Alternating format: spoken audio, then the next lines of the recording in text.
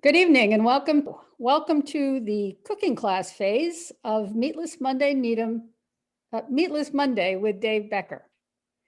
I'd like to introduce chef and restaurant owner Dave Becker and thank him for his generosity and enthusiasm for this event. Dave. Thanks, Karen. This is like the first time we've done anything like this, and I'd say, like, believe it or not, I cook mostly oatmeal and mac and cheese at home, and every now and then it'll be like a Thanksgiving, but it's a big deal. It's a little electric stove, but I'd say, like, Karen organized this pretty well.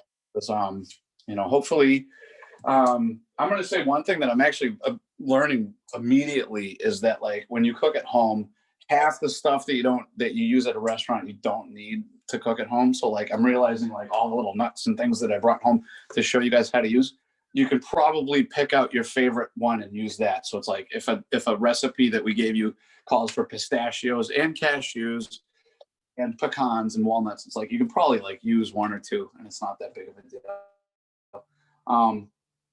I think that the classes that I've done in the past where I'm, like, trying to show everybody how to do different things, a lot of it's just, like, my favorite products, and, like, a lot of the times we've come to, like, the conclusion with yogurt and olive oil.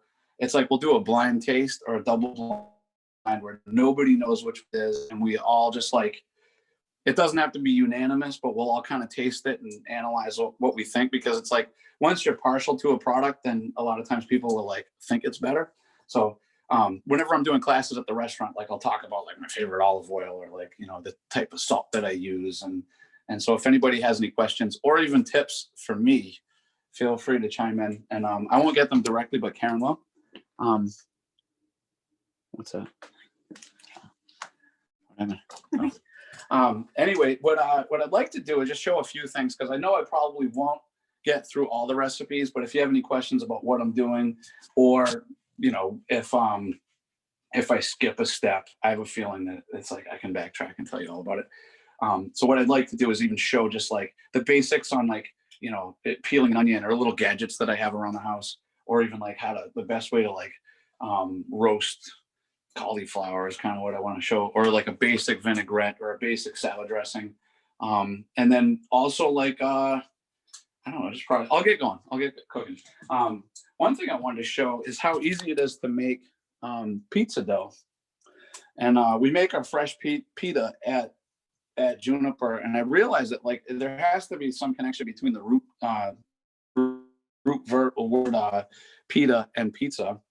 And I want to try an experiment with you guys and see if it works. But it's like, I talk to anybody that makes a ton of pizza. Like, I'm friends with Dave Becker over at Seventh Wave Brewery, and he's always talking about, like, how you have to age the dough 3 days or it's not good. And I'm like, I'm not going to do that.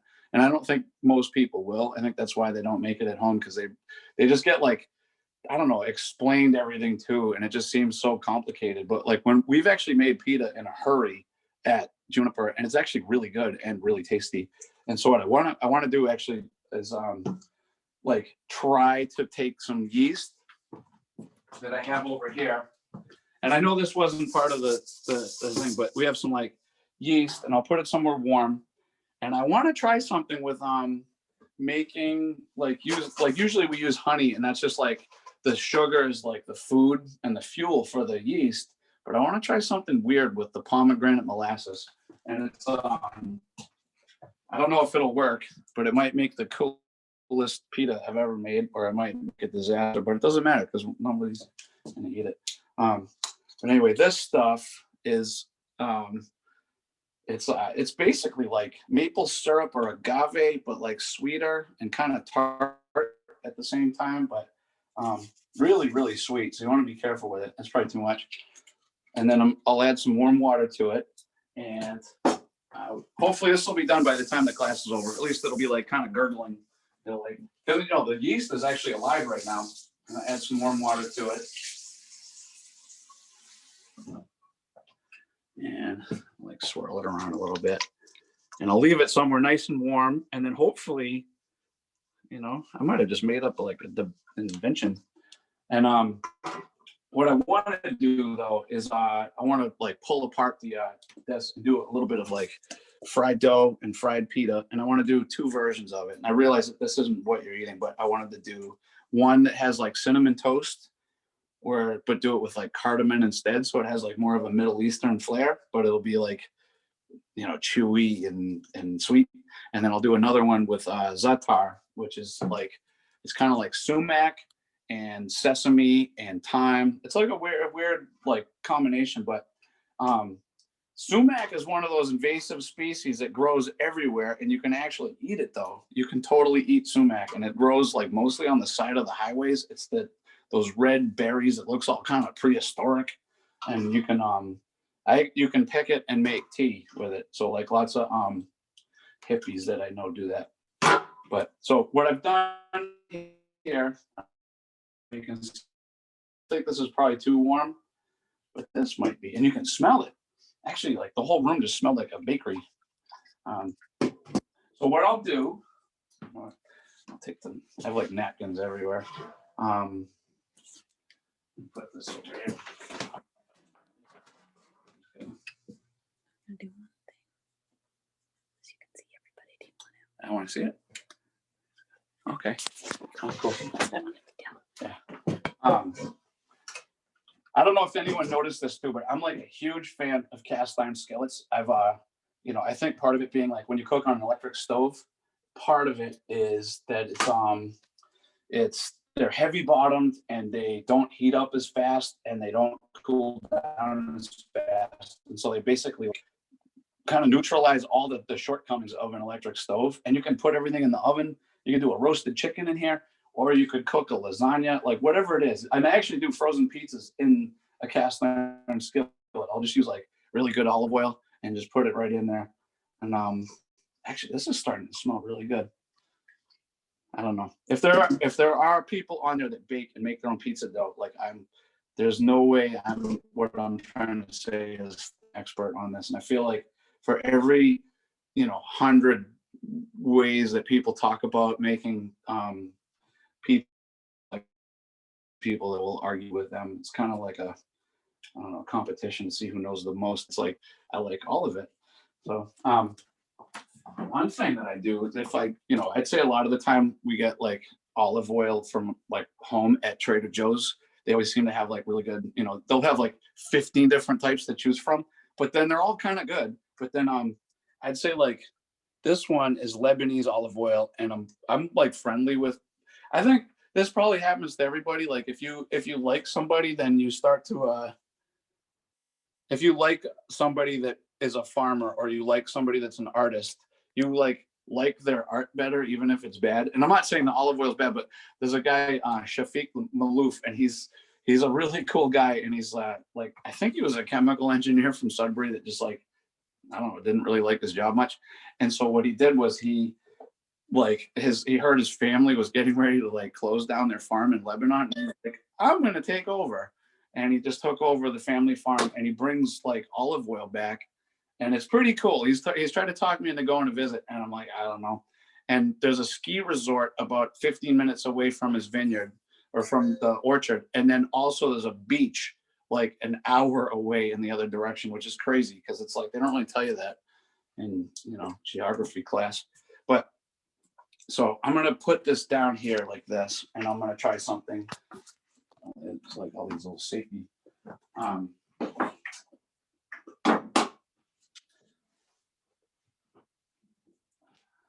Dump a little olive oil in there, and I'm gonna actually fry some dough. And this is like just straight.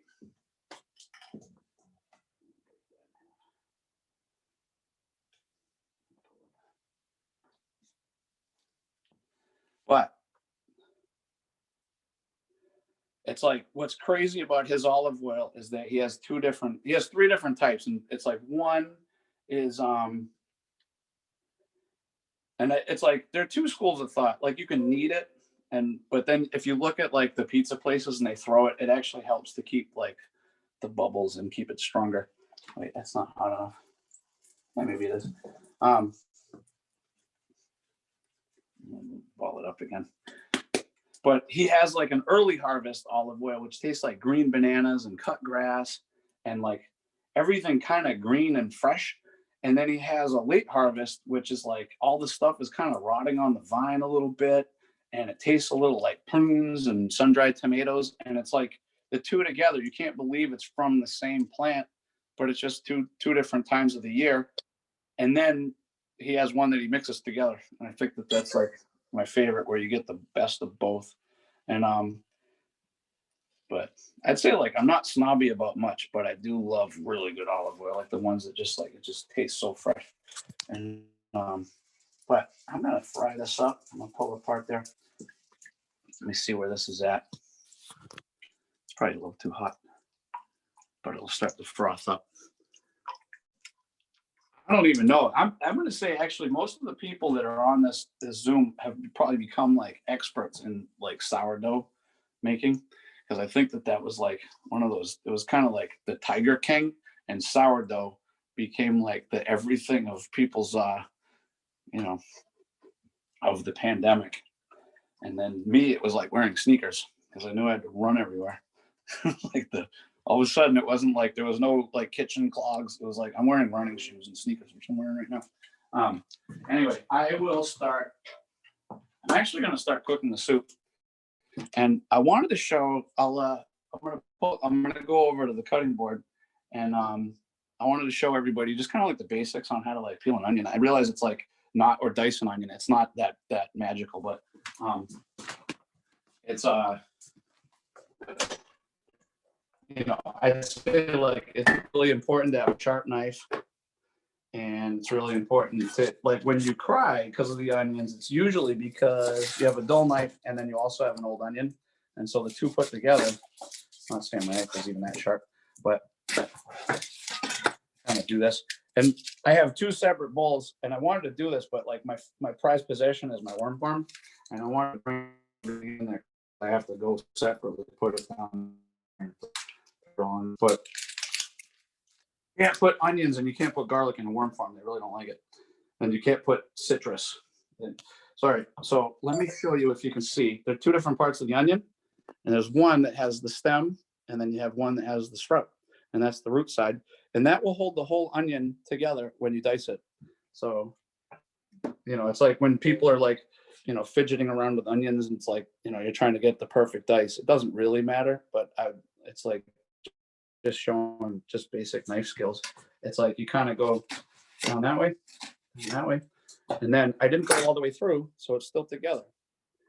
And then I'll go vertically, and I didn't go all the way through, and it's still together. Like it's still basically, and then I'll go down.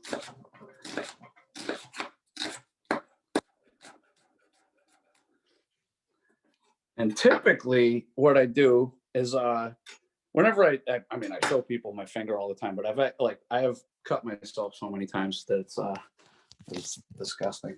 But it's whenever I show people, I'm like, you know, your body is important. And so like if you're using something sharp or hot, you know, be careful. This is like rule number one. It's like, you know, rule number one in the restaurant is like always use a dry towel to pick up something hot. And rule number two is never catch a falling knife, because your first instinct is to try to catch it. People that. I'm going to bring this over.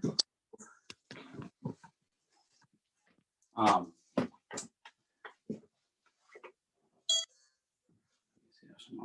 here. It's just like easier than using the big thing. All right.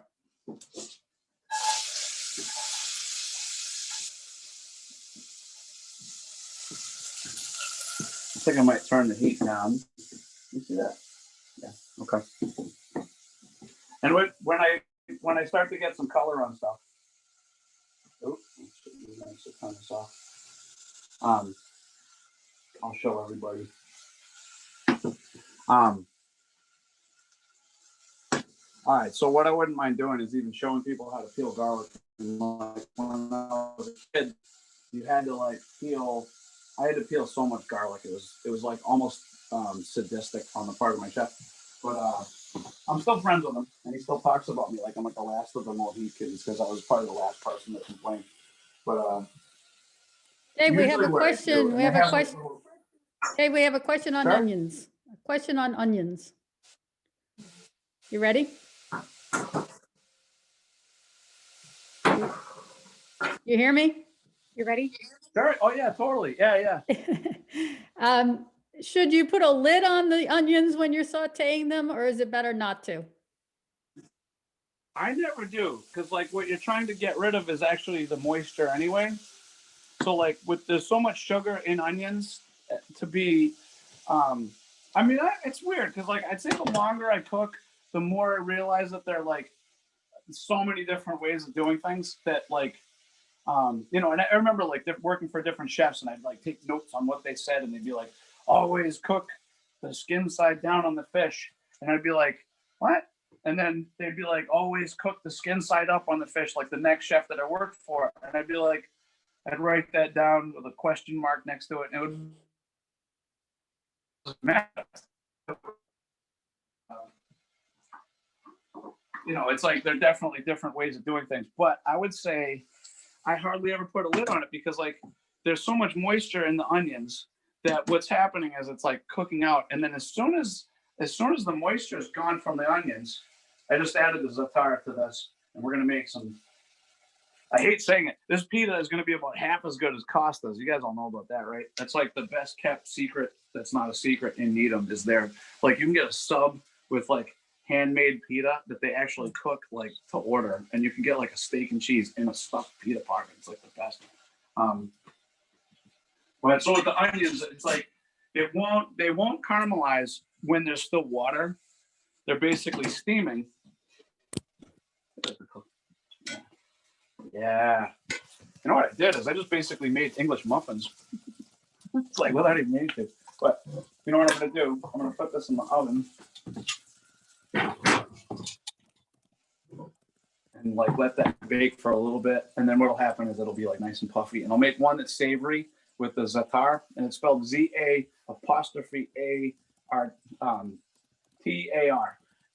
And then the other one I'll do instead of cinnamon toast, I'll do cardamom toast, and it'll be good. But yeah, I'd say like, you know what I could do because we're not going to eat this. I'll put a lid on the onions and we'll see. I'll put the yeast water back on. Who says we're not going to eat this? What's that? No, we will. We'll eat it, but you guys won't. So if it's not as good, we'll just like mess up. You see that? Oh, look at that. That's like the yeast is all kind of bubbling up and going crazy like that. So like that's what you're looking for. And then what you want to do is you want to add the flour in, and then let it rise. And then I guess if you talk to like pizza snobs, they'll tell you like let it sit in your fridge for 3 days.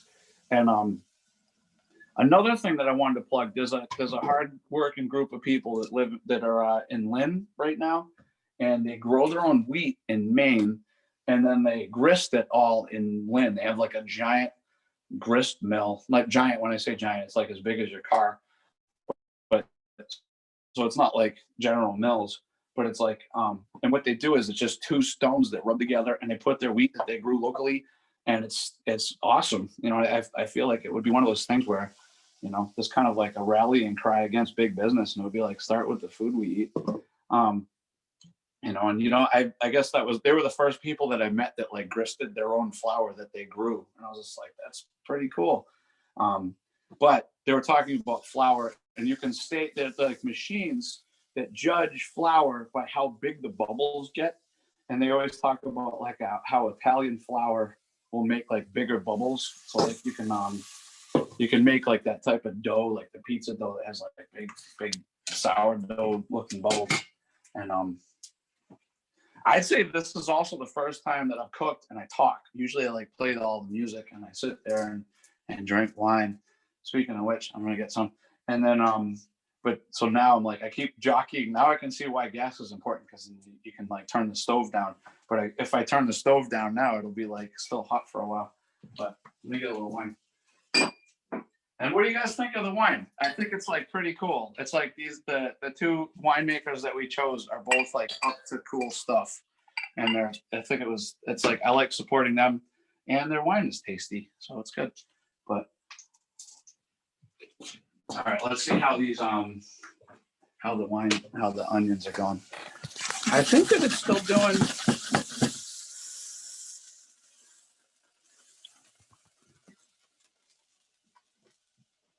it might be safe to assume that some of you guys know me well enough to know that I'm kind of flaky. And I'd say, like, whenever I cover something on the stove, I run the risk of burning it. And that being said, is that, like, whenever you like toast pine nuts, it's like there's always a recipe. Like, we even have a recipe tonight, like this, the cauliflower salad calls for toasted pine nuts. And it would be like, if you put it in the oven, it immediately makes my pine nuts twice as expensive because I will burn half of them. And so, like, whenever it says roasted in the oven or toasted, I'm like, do it on the stovetop when you're watching it, and then you can see it and it's right there. And so, like, I immediately, as soon as, like, if it would be like, do they recommend covering the onions? I'm like, I already know what it'll mean. I have to peel another onion. Anyway, what I'll do is I will peel I'm gonna do that, the yellow peppers to that, and then I wouldn't mind talking about looking at a plan. I didn't even do anything yet. It's like, sorry. Yeah. What I wasn't, when we were talking about onions, I was actually peeling garlic, and I was going to show it's like you can bust through a whole bunch of garlic. You can buy it peeled now. I'd say whatever you do, don't buy it in the little jars of, the garlic that comes in the oil. It just kind of, I don't even know. It's just like almost doesn't taste like garlic. But what I would do, basically just took one and I'll be right back. Hold on. And when I go to the store, I usually get like the elephant garlic. They didn't have any, but it's kind of like more bang for the buck. It takes the same amount of effort to peel it. You just get more garlic. So I just kind of smash down on it with the flat of my knife, and then the clove usually stays together, and then the skin usually stays together. And then so you just end up with that. And depending on how much you like garlic or how much the person you're eating with dislikes it, you can leave it whole. And I'm like a big fan of the kind of like the rough chop. I'd say there's some people that love the Goodfellas way to do it, where it's like you take a razor blade and you get like it liquefies, which is actually true. There's all right, I'll get this one in there, and then I was gonna do the yellow peppers. But yeah, I'll leave it like that. And considering I'll be pureeing the entire, I'll be grinding up the whole entire batch. It doesn't really matter, you know what I mean? So it's like you can do. It's I'd say the smaller the surface area, the faster it will cook. And then usually when I'm cooking vegetables, I will do I'll pick out which ones have the least amount of oh yeah, that's good. That one's got these are gonna be fantastic.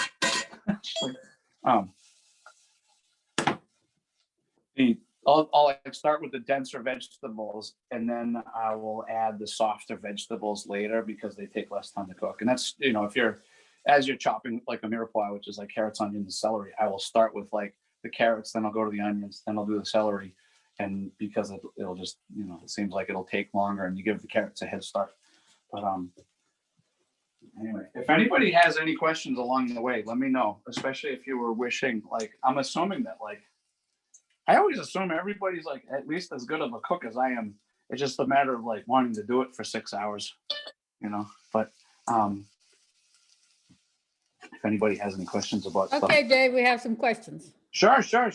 There's a question about, is there dairy in each of the items tonight? I wrote back just a little butter. I think but everything's vegan. Okay. Is there cheese on the salad? Let me just double check. I don't think so, but Okay. let me just double check. I actually think that I was pretty clear. Okay. Vegan, but I didn't double check, and we originally talked about it a few weeks ago, but the chef and The chef is actually on. and then there's also is he? Ask him. Brian, are you there? I love that he He was at one point. Tell him he's a Needham guy. There's another question. Should I go ahead and ask? Yeah, please. I usually cook the peppers first because they take longer. Is that wrong? I don't think it's wrong. I mostly just forgot about it, but I think it'll be fine. And it's like, half of it is like, cooking it because you want to get, you need to cook it to break it down, or it's like you're cooking it because you're trying to render flavor. And so like, peppers, I'm thinking like the yellow peppers themselves are like really sweet, and like they almost don't need to get cooked at all. Like because they're good raw, and then they're good cooked, and then they're good like blistered and charred. And so like if you have two different, if I had started to cook those first, it would have been fine. But because I started to cook the onions, like I want to get some color on the onions personally. Like I think that might even be like a blessing and a curse, is that like I love like, pretty much everything that I cook, I love to have like really like a lot of flavor. So if I could ask every pizza place, I'd be like, hey, would you mind leaving it in there a little longer? Just a little bit, and it's like, I love like the crispy burnt corners of a lasagna, or like the burnt bits of a French fry, or like, that kind of stuff. And so if it counts for anything, like, and I mean, even nowadays, like I have this gigantic squash that there's no way we're going to use all that for like our house. But I was mostly like, it was easier to bring that than it was try to cut it all up. But the like, you can have a lot of things raw, and they're actually just as good, if not better for you raw than they are like really cooked. And so like, you don't want like indigestion from anything, but like whatever you can, it's like, it's kind of a personal preference. I think with this, I'm gonna cut these up, and I'll even make it same kind of thing. However weird it sounds, it's like you kind of want to like touch the knife. The closer you are to the knife, the less likely you are to have it cut you, which is weird. But it's like if you're always touching your knife, you'll never get cut by it because you know where it is. It's like the guide. I'm just gonna chuck these up and throw it right in there. I'll bring this over. I love that Brian was on there. That's cool. Yeah, this is way too many peppers for the. Yeah, that's all right. I'll let it cook down. That'll be fine. We'll I'm grind not it up, sure. make it- I'm actually not sure it's him. It just says Brian. I can see him doing that. He's like that.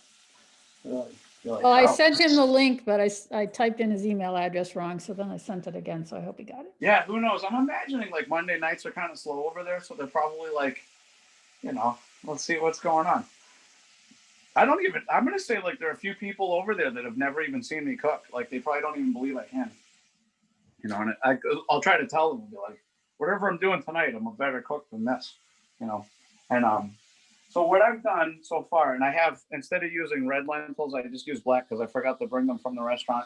And they're all kind of really, really similar. And they're similar in flavor too. It's just like the red lentils have like a, kind of a, you can see the other ingredients in them. But so whatever you do for black lentils, it would be like, I might change the garnish and put something yellow on there, something red on the top, so you can like actually see the contrast. But when you have like red lentils, it's like you put the mushrooms in and then you put the other stuff in, and it's like it's all kind of in there.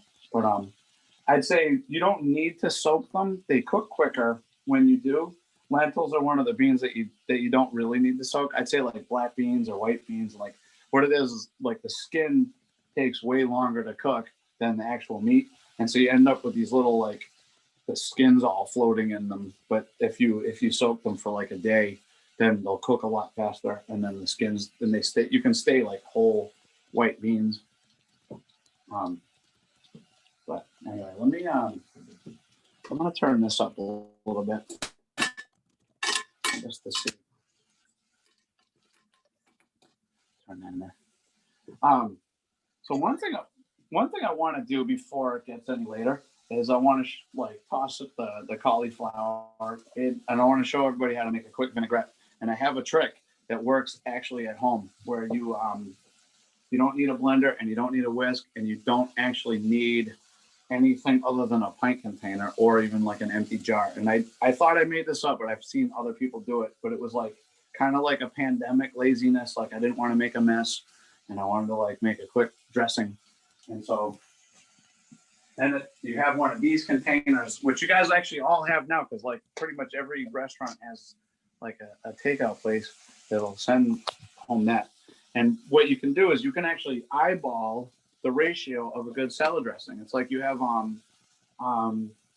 like 1/3 acid to 2/3 fat or like oil, you know what I mean? And like somewhere in between there. And there's definitely some margin.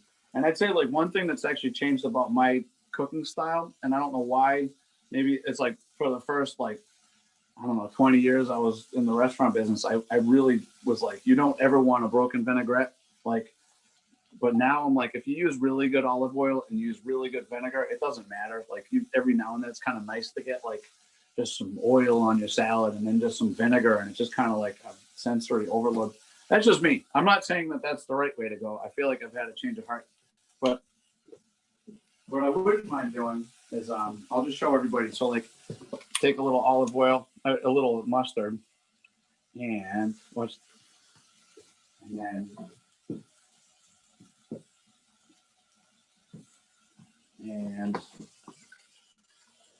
get all the mother and the goop off the bottom of this. It's like if you ever see like a slimy glob in vinegar, it means it's actually really good. That's like the sign. And then you should save it, and you can actually make your own with any wine you have. And if you ever have wine that goes bad, like usually means you can still cook with it. And I mean, I always save like all the wine that goes bad, which is rarely the case. I think, but what I'm gonna do, oh, you can see that. I'm just shaking it up, and what I've done is I've just shaken up the mustard and the vinegar, and I just have like a little bit of base, and I just eyeballed it. Like that was not even and I'll put some curry powder. And like I've been doing this like long before we had like a semi Middle Eastern restaurant. Is curry and maple are great together. They're kind of like a honey mustard, but it's awesome for like a dip. You can actually like take curry and maple and mix it with like mayonnaise, and you have like yourself a turkey sandwich combo, or like mix it with sour cream and you have like a dip for just like carrot sticks. It's like really a good combo. And Someone asked what kind of mustard you used for this. I say this is just Dijon, but you know what I've been loving is Coleman's, and I don't know what it is, and I think it might just be like over the course of time, like my taste buds have gotten like a little weaker, but like Coleman's bites, it's like you can, and you just mix it with like a little water, and it's like it's just hot. It's like spicy, and so it's really good. But I'd say like whatever your favorite brand of mustard is, like I'm not that particular. I'd say I'm not sure if I'm pronouncing it right, but the one that's like should be pronounced like male, like it looks like it would rhyme with braille, but it's spelled Maille. Come on. Oh. All right. So you can see, worm farm. You can see that the onions have started to caramelize a little bit. Yeah, and they start to burn on the bottom. Wow, the whole house smells like that too. But yeah, so the darker the color, the more flavor you get until you have like too much color, and then it's burnt. You know what I mean? And then it tastes burnt. But if it's a little burnt, it's actually like kind of like a bitterness that you can't get with other you know what I mean? Like you really can't get it anywhere else.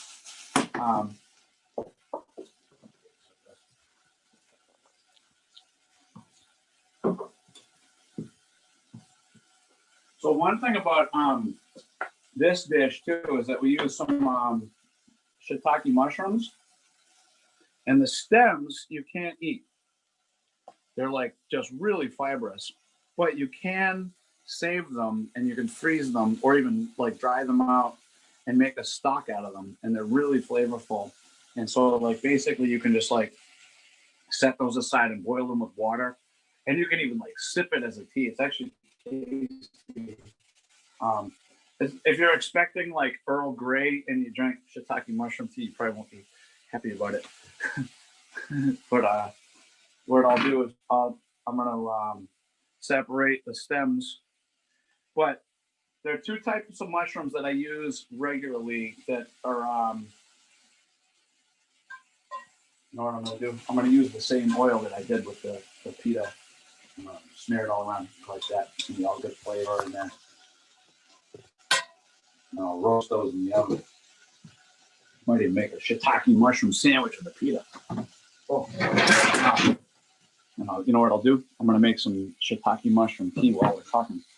But there are two mushrooms that are like really like they're mushrooms in your dish, and it's like shiitakes are one and porcinis are the other one. And porcinis, like I don't know how to describe it, but they taste like dirt in a good way. So like it's like you have a fall dish with butternut squash and porcini mushrooms and wild boar, or like it's just blue cheese, and it just basically makes it taste like fall and dirt and mushrooms. Like they're mushrooms in there. And then the same thing with shiitake. So like if you wanted to do like a wild mushroom dish of any sort, whether it's a wild mushroom risotto or like a soup that's got like cream of mushroom soup, you put some shiitakes in there and it will make it taste mushroomy for sure. I'm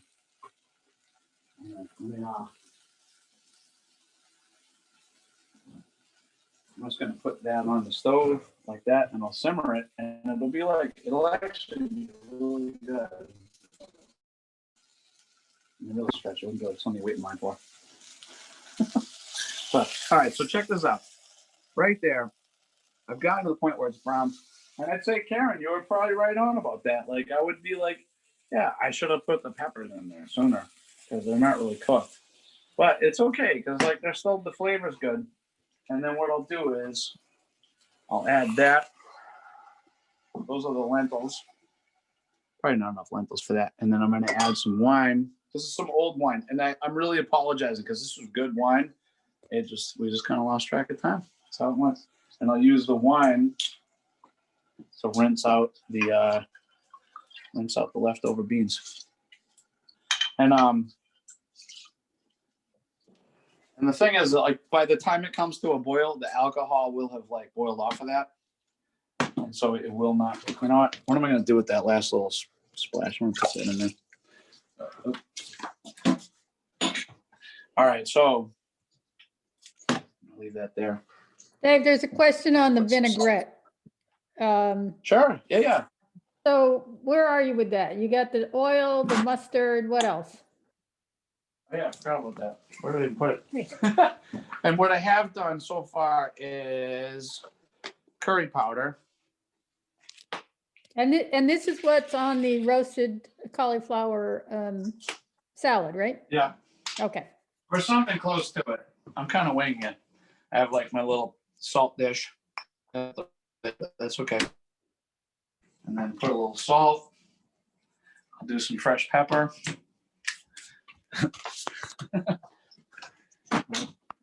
I think it's the perfect lid. Then I have a little maple syrup. And I'm not measuring any of this right now, but we'll taste it and see. And there's still time, you know what I mean? Like it's kind of like a lot of this stuff is so basic that you just taste it and there's something wrong, so then you just do something different. And then in a perfect world, we just use a blender, but like in this, like basically you could make, if I hadn't been talking, I could have made a salad dressing in about 10 seconds. And what I'll do is, look at this, just in case. I'm going to put this in here. Dump it in. And so it's basically like 1/3 olive oil and make sure the lid's on nice and tight so it doesn't splash everywhere. And then you have a salad dressing. And I'll taste it. take the lid off. I just made a basic one. I bet it's like, hey.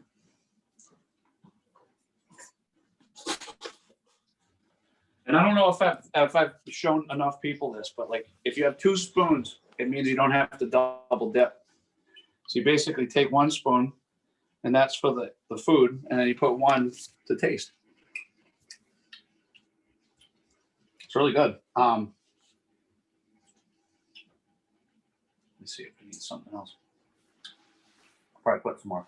I'll do some more fresh pepper in there. So like this is my own personal thing, and it's like I don't mean to even force this on anybody, but I love black pepper, and I think white pepper should be banned from food. I just think it's that's just me. I mean, really, it's not like if I went out to dinner and like eat some, like, does this have white pepper? Excuse me, but it's like it's basically the same exact berry, but like black pepper is like sun dried with the skin on, and it just has like this really like well-rounded flavor. It's kind of licoricey, and it just like adds so much. And then white pepper is the same berry. It's just peeled and washed, so it's white. And I think that I have a problem with it. I think that I have a problem with it because it's mostly just because like French chefs don't want their food to look like it's dirty. And I'm like, just, add what was that? Someone asked, oh, it went away. I'll do it. Okay. What is pink Here, pepper? hold this. Okay. So pink pepper is a separate berry altogether. I think pink pepper is cool. It's like a different berry altogether, and like Szechuan pepper.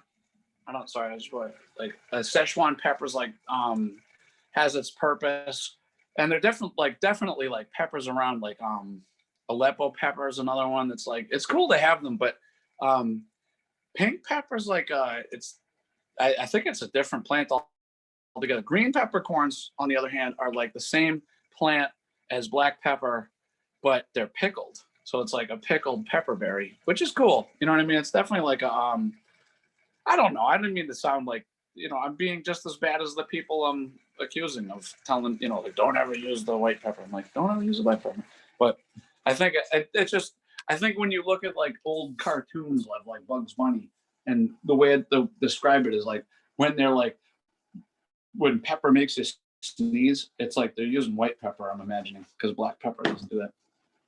That's not true, but all right. So what I'll do, one thing I actually saw this in the fridge, and if you ever see this in the store and you're trying to find like a homemade broth or a different broth, it's like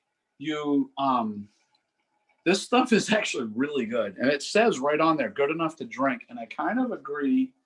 And there have been a few times where I'm like cooking at home and I make like certain things, and it's like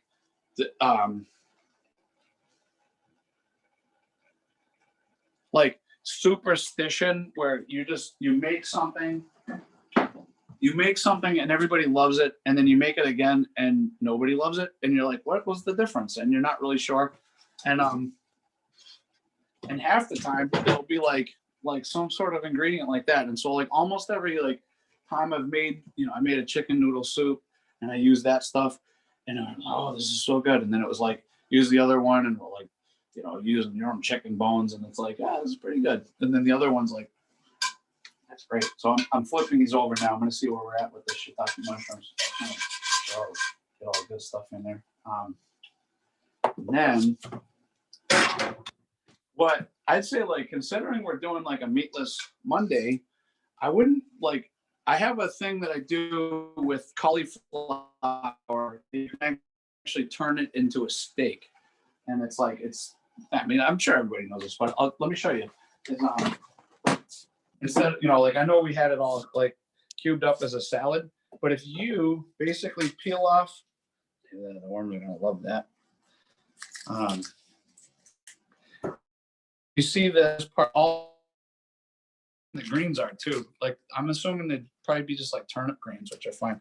I just have been conditioned to not serve them.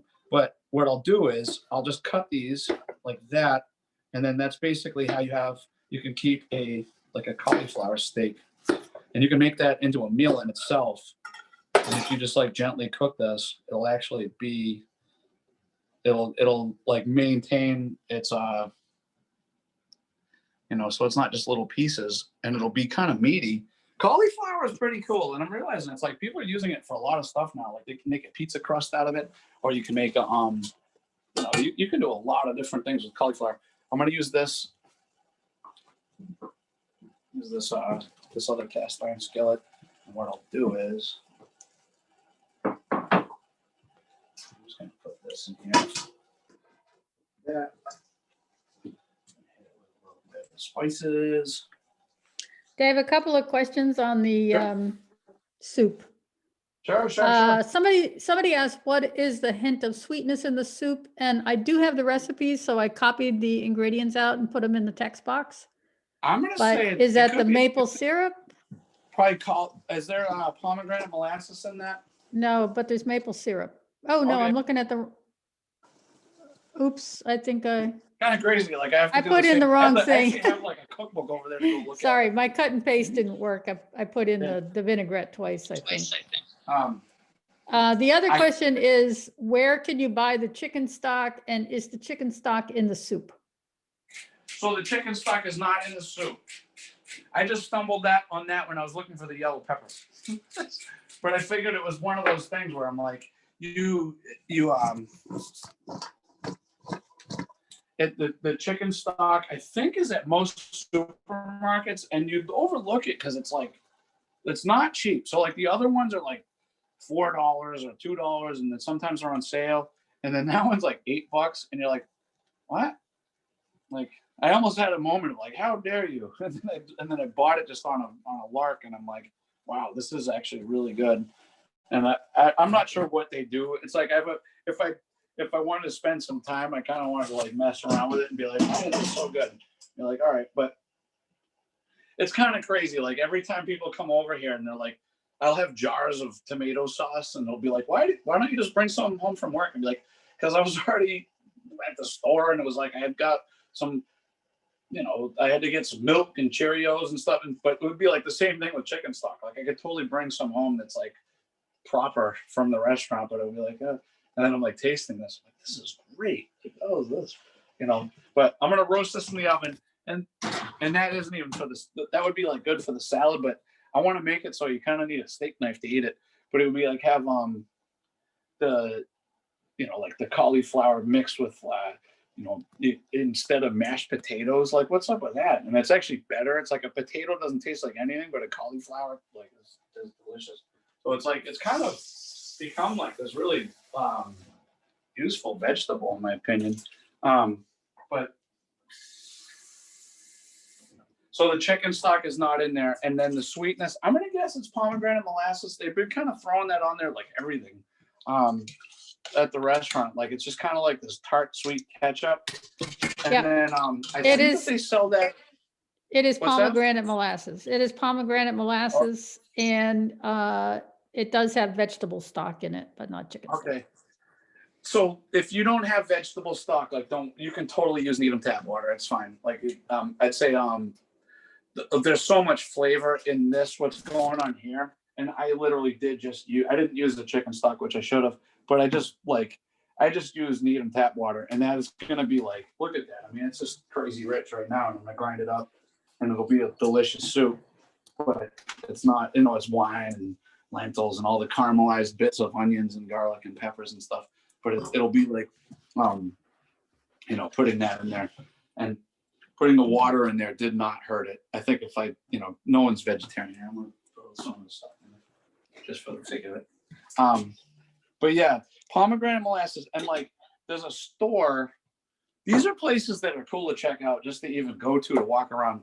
There's a store in Norwood called Saab's, like the car, and it's on Route 1, kind of like in the Ernie Bach country, like where you're driving along, and there's a job lot. But you go in there, and they have like vats of olives and crazy olive oil and like weird pita and pickled grapes, and like just it's basically a supermarket for Middle Eastern food. And And so like, yeah, if you're looking for this, so they probably have like 4 different brands to choose from of pomegranate molasses. And I'm sure it's cool to go to anyway. I don't know if you guys have ever been to like Super 88. It's like, there's one in Burlington and there's one in Cambridge, and you go in there and it's like every just exotic fruit and noodle and just like all sorts of weird stuff. So if you're ever looking for like, it's a supermarket, so it's not like you just walk around and you don't even know what half the stuff is, but you like, I don't know, nowadays you can Google it while you're looking at it. But if you're ever looking for pomegranate molasses, like a little will last you forever too. So even if you get it, it's cool. It's like, it's not, it won't be like a wasted product. Like you can put it on a lot of different things. You can put it on ice cream and like, you're like, wow, this changes everything. Or you could like, mix it up with like a demi glaze, I'm sure, and it would make everything exotic. Do like a steak with it, and it'll be like really good instead of, almost make like a steak sauce out of something.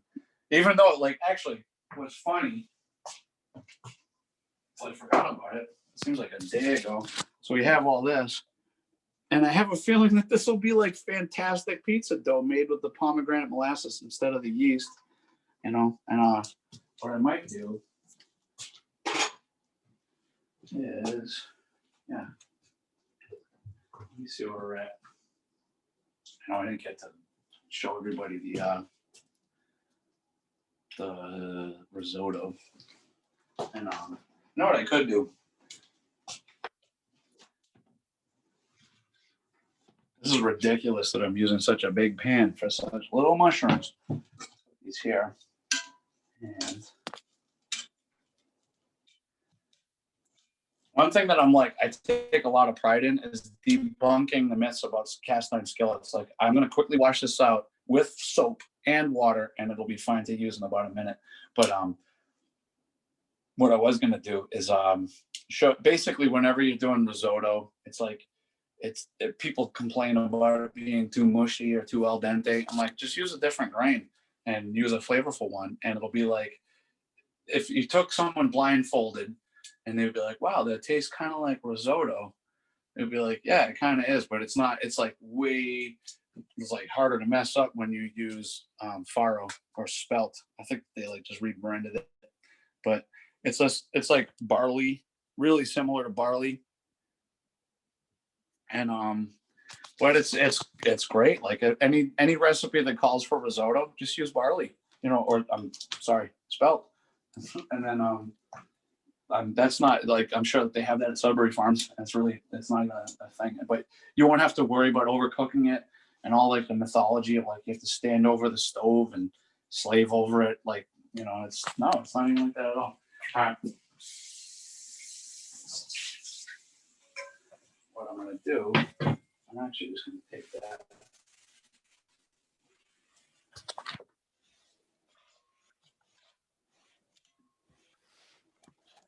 Like a brand new pen.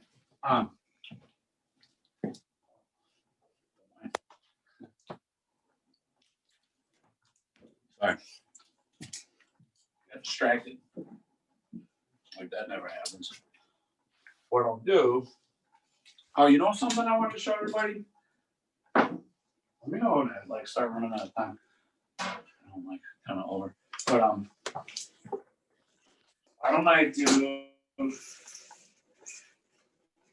this is a Japanese mandolin, and this thing is like fantastic. It's basically like an apple core, and you can get it at like most cooking stores. And I want to show everybody how to do this.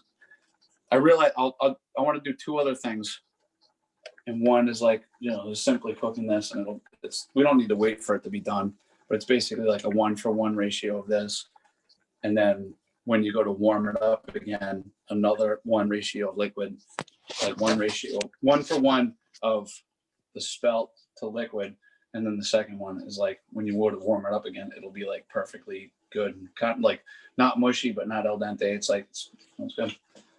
So Dave, is spelt and farro the same thing? Same thing. Yeah. Okay. I'm pretty sure. I mean, there might be like some differences, but I think that it was like a branding thing. It's like the food world does that from time to time. They'll be like, cornmeal mush does not sound good. Polenta. Now we're talking. Be like, now let's put that on a plate. It'll be like, oh, grits. Ooh, polenta. You know, it's like that all the time. Like a petite filet. I forget how to meat that is, but it's like, you know, it's a perfectly fine cut of beef, but they'll be like, no one's buying it when it's called like a, you know, whatever, like a hanging tenderloin is a hanger steak, but they like switched it up to be like, let's call it a hanging tenderloin. It's like, no, that's, yeah. So spelt and faro are the same thing, pretty much. And then look at that gargling. Yeah. Good. Okay. And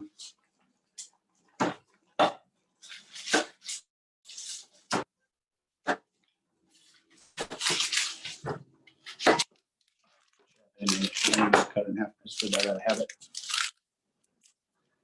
Feel that.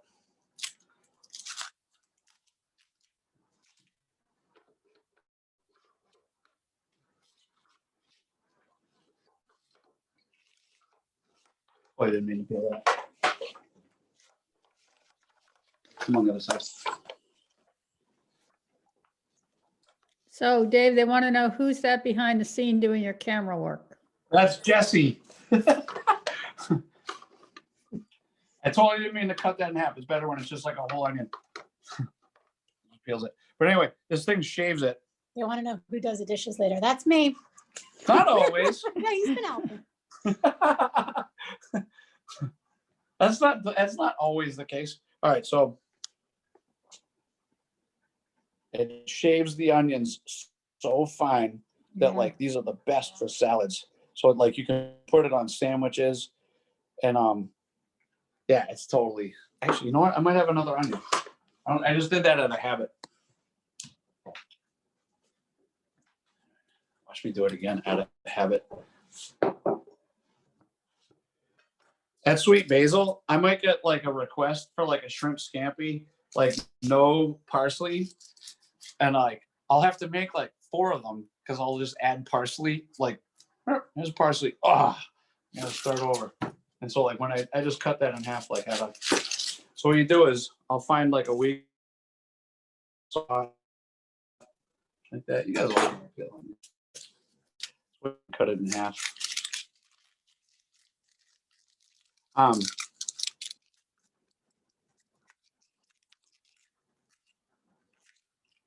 Okay.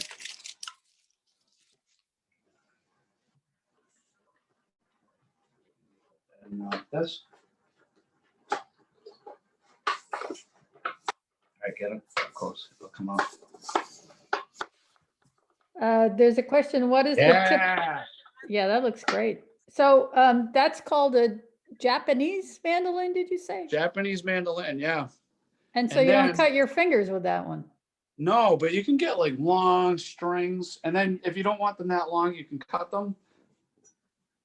You know, go like that, and then it's like a little smaller. But all right, I have one more thing, and this is not in the cookbook. Is use this.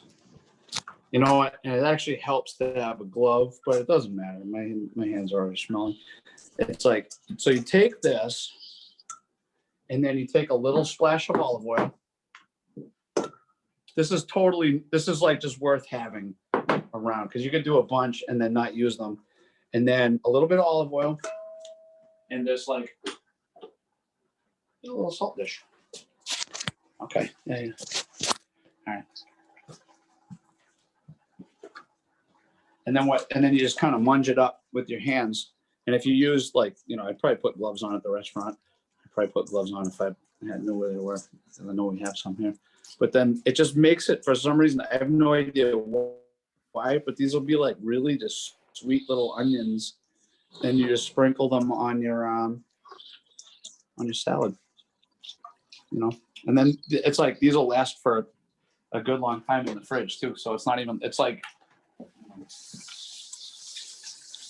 I'm a big fan of having like a stock pantry. So it's like, whatever you can do, you're not just doing it for one meal, you're doing it for a few, and then you can apply it for a few different, you know, you just have like a few tricks up your sleeve. And then it's like, if there's a dish that needs something, you just like, yeah, put it there, and it's like really, and it just like adds to it. But you don't do it all the time, and it's not like it like takes up a lot of space. But like those onions, I could just put in a container, and I can put them in a container and just kind of have them for a little bit, and you know, I'm gonna say like a while, and just if there's a dish we want to put them on there. You know? We'll go. Like the ones. I was gonna say, does anybody have any questions about anything I'm doing? I'm not doing. Goes to show. Are you finishing up now? Do you want, at some I was point, gonna- we can open it up to, you know, more questions. Yeah, let's do questions, because like I think if there's something anybody wished I was gonna cook that I didn't, I can probably bet. If I'm not talking, I can bust it out quick. It's like there's probably a lot of there are a lot. So like what I'll do for this, I'll actually just like add these onions in here and just saute them up. But you know, just like little tricks on how to do whatever it is. Not I don't want to oversimplify things, because I think that you know, a lot of the time when people are cooking, the problem is they get like intimidated by the different things that they are cooking.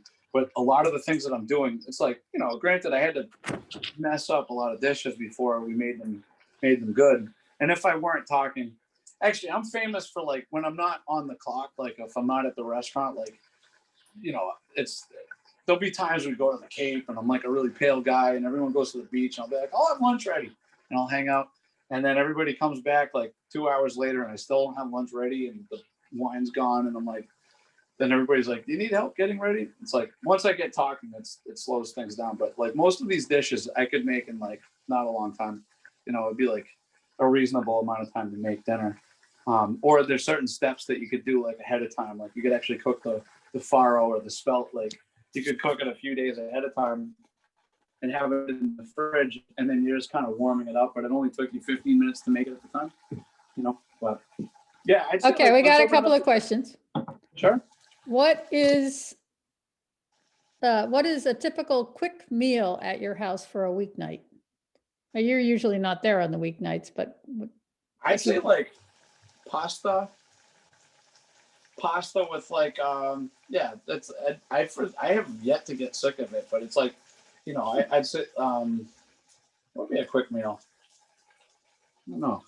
The mustard chicken. Yeah, mustard glazed chicken. I can show that everybody how to do that. Okay. But so it's like if you ever have chicken, like raw chicken, thighs preferably, breasts are quicker than thighs, but like if you have like I'll take like a tablespoon of mustard and then I'll whisk it really, and I'll add olive oil. So I'll have a tablespoon and I'll add like 3 tablespoons of olive oil really slowly so it's emulsified. It's almost like a mayonnaise but without the eggs.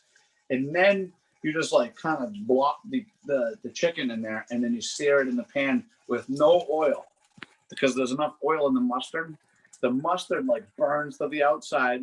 You whip it in the oven, and then you could even put that over a salad, and it's like really good. And you can eat like half of the time I'll have to make twice as much because it won't even make it to the dish. It's like you put it in the oven, and then as soon as the chicken's gone, then you basically like start pulling it apart, and it's really good. And that's super quick, super easy. Okay.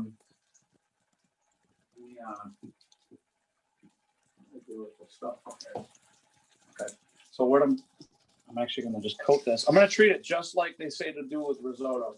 I'm going to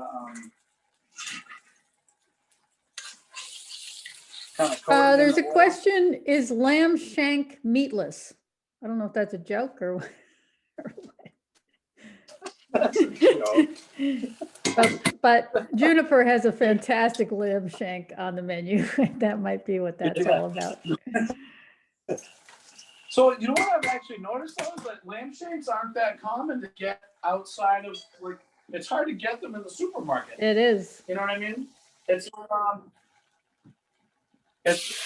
you have to kind of special order them. But I'd always ask for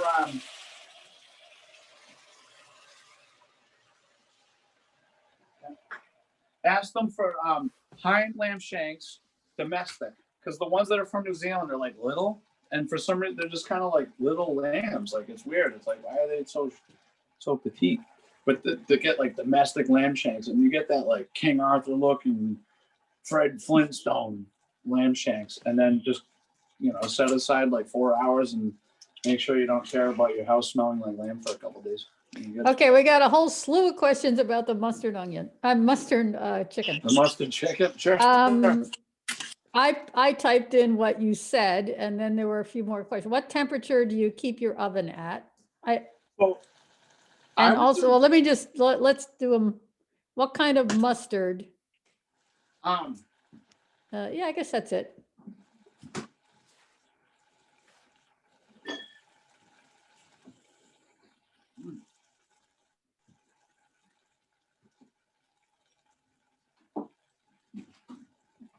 I'd say, without giving me a chance to lie, just boar's head. I'm not partial to that for sure. It just looked good. Okay. And what temperature after you sear it and you put it in the oven, at what temperature and about how long? So I'd say like 350. I didn't find any other ones, but no, there's usually a bunch of different kinds of mustard. So 350. 350 is what I have it set at, and I think mostly because it's like, I don't know, stuff comes up. It's like there's a toddler running around, or like your phone rings, or just something that it's like it gives you a margin of error. I'd say like 400 is probably ideal, but 350 is like the way to go. And it's kind of like, I don't know, it just gives you like a margin, like, by the time if you tip something over in your oven and it's at 450, it's gonna smoke everywhere. If you tip something over in your oven, it's 350. You can actually like reach in there with a wet cloth and clean it out like right then. Which I did last night. I was making like a kind of a half-ass chicken parm. I like seared some chicken and I put some cheddar cheese on it, which I wouldn't have done, but I was like, put there.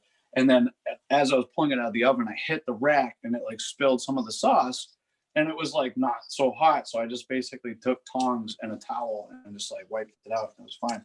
But I was like worried about today being like, oh, I'll forget to do it. Turn the oven on and be like, the whole house fills with the smoke and smells like burnt tomato sauce.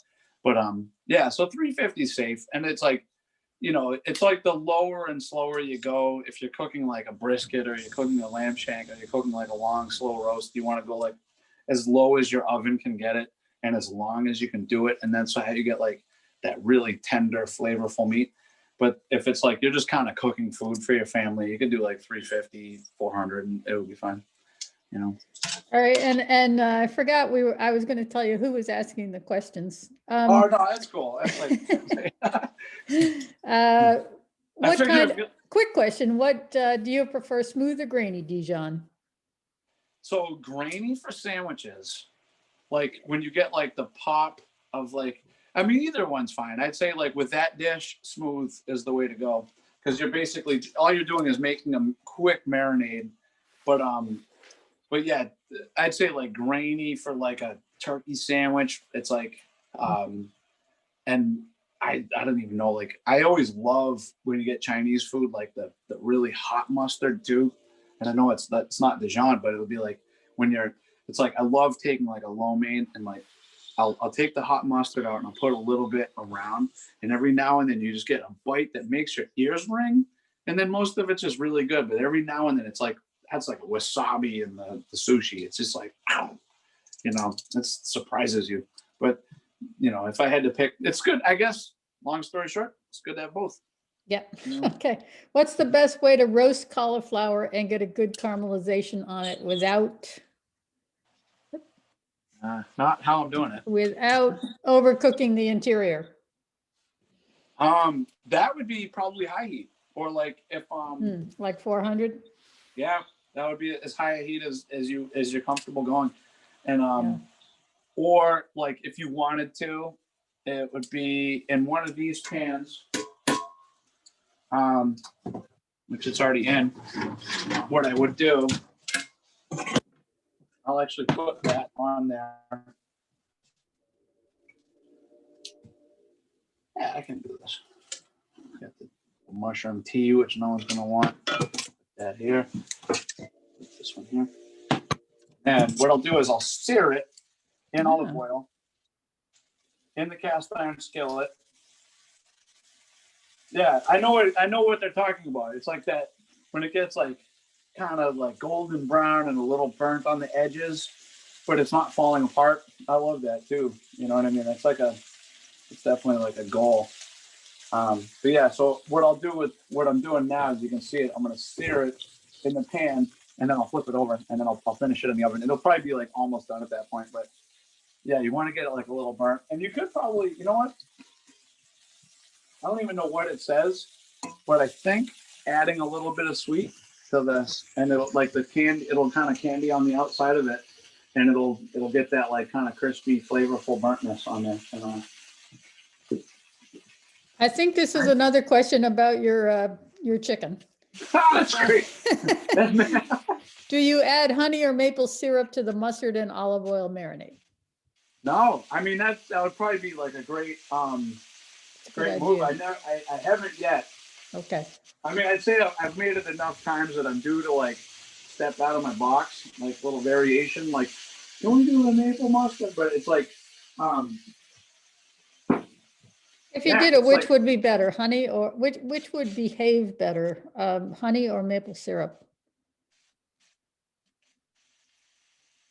I don't know. As I'm far- gonna say they'd probably be really, really similar. Okay. I, you know what I mean? Like, I don't think that there'd be that much of a difference. It'd probably be like, I don't know. It's like two different dishes, but probably both really, really good. Yeah, I'm with you though. I think that would be like a good move, but, yeah, it doesn't seem to need the, you know what would actually be good? I'm going to say honey. It's just like honey and mustard is like, it's such a good combo, but it would be like I haven't done this yet. So I'm not going to vouch for it, but it would be like, mix up the marinade, which is just simply mustard and olive oil, kosher salt, cracked black pepper, and it turns into, it's almost like, it looks like butterscotch pudding almost. And then you just like dredge the chicken in it, and then you sear it, and then use the straight honey to dip it. That would be like really, and like cut them into strips, and you basically have like a really healthy and fast like chicken tender, situation. All right, can you guys see that? I think that's what they're talking about. Yeah. Yes. Okay. And if they're not talking about it, I don't know what they're talking about. Ooh. Yeah. Oh, good. Totally. All right, we're good. And then what I'll do is I'll sear it on the other side, and then I'll put She it in says the oven that's for what about, she's like, talking 5 about. minutes. Yep. That's what she's Is that- talking about. Yeah, See, had she not said anything, we would have been having some like mushy geriatric cauliflower. Okay.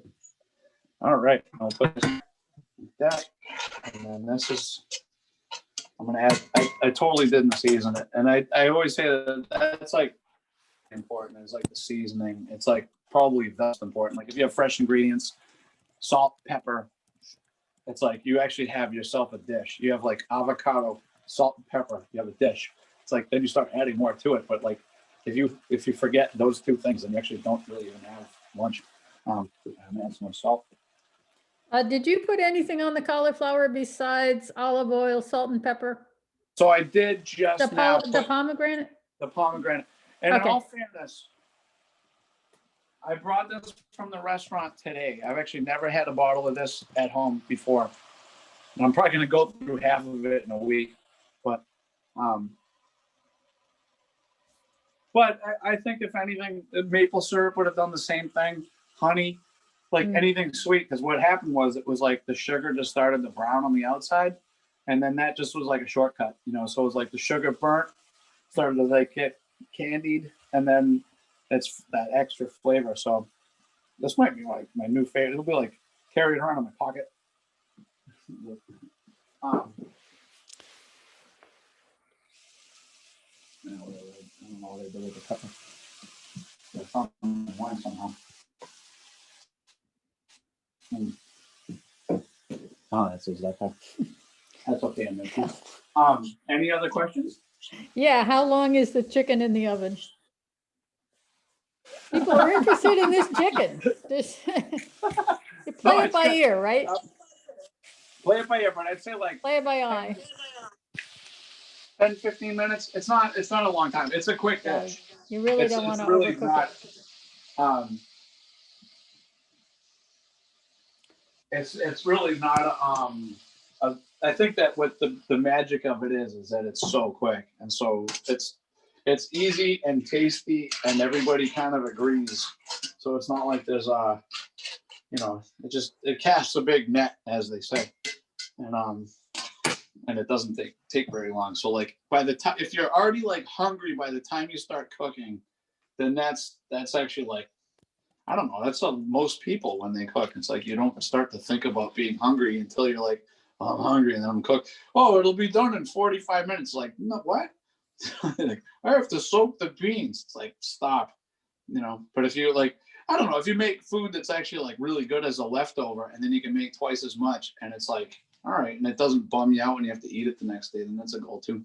But yeah, the mustard chicken, I should just like do that. I would be like, just like talk about, we could actually do like a blind test of like different mustards and like try them out and just be like, wow, that one's pretty good. That one's okay. That one's delicious. All right, that's the one to do from now on. Like I was even going to talk about like different brands, like Cabot yogurt.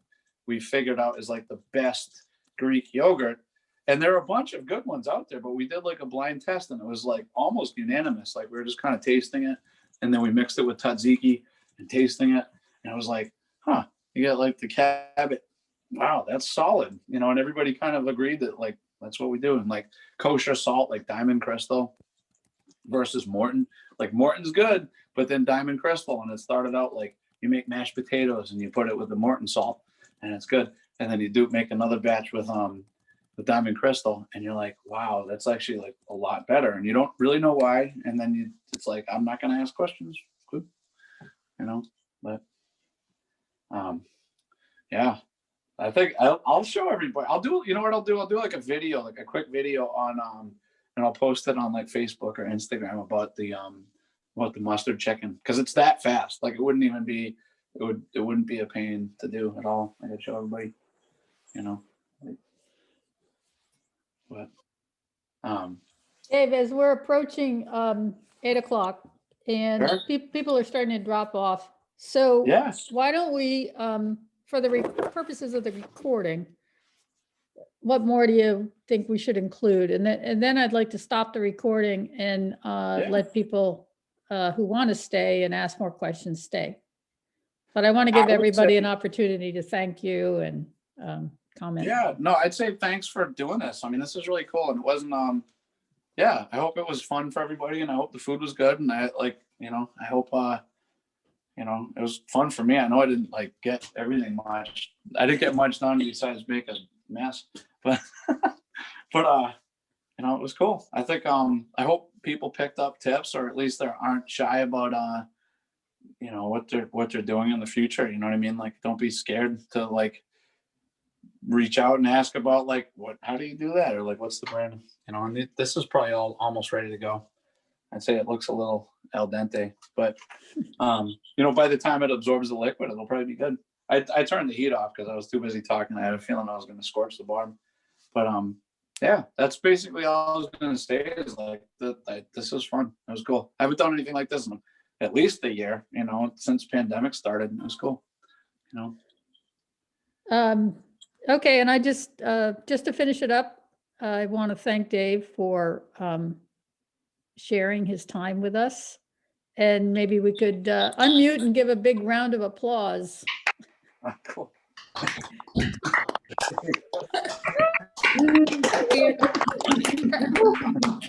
Thank you. Thank you. Okay, Thank you. Fun and informative. Yeah.